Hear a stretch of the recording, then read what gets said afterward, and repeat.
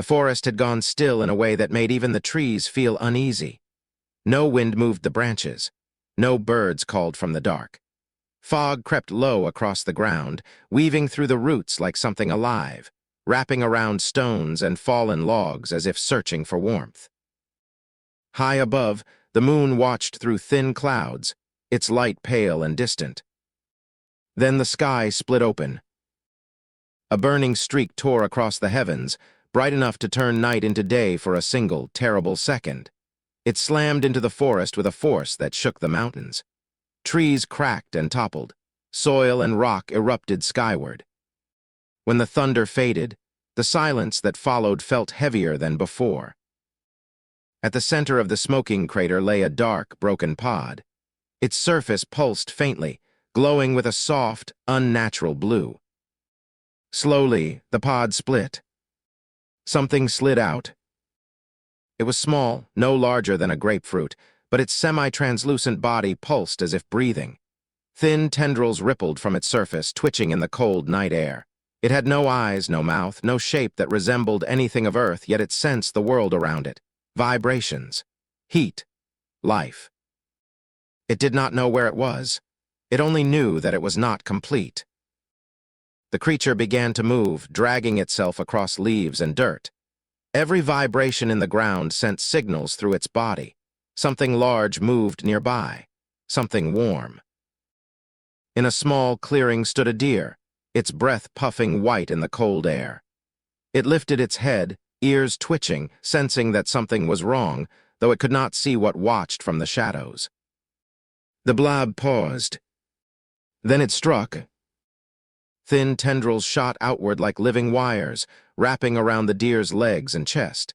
They pierced its hide, sliding beneath the skin. The animal reared back, letting out a sharp cry before collapsing into the dirt. Its body convulsed violently as pale blue light began to pulse beneath its fur.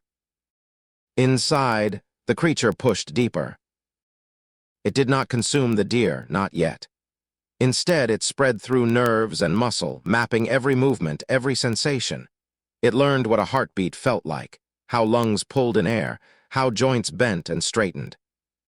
The deer lay still for a long moment. Then its legs twitched. Slowly, stiffly, it rose. At first, the movements were wrong. One leg bent too far. The neck jerked at an unnatural angle. The head tilted as if something inside was struggling to understand balance and gravity. But it did not fall. Step by step, the creature adjusted.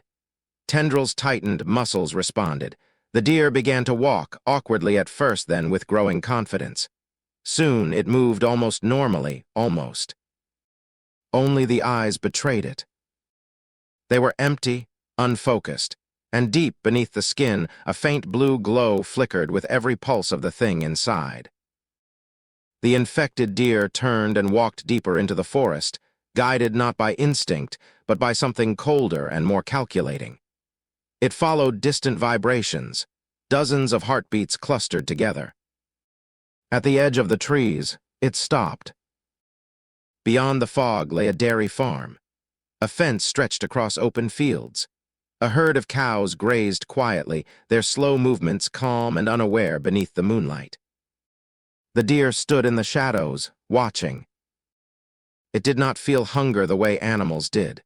It felt need, a need to spread, to multiply, to continue.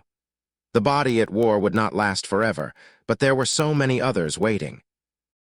Its glowing eyes reflected the farm lights. And in the stillness of the night, the first phase of the invasion quietly began.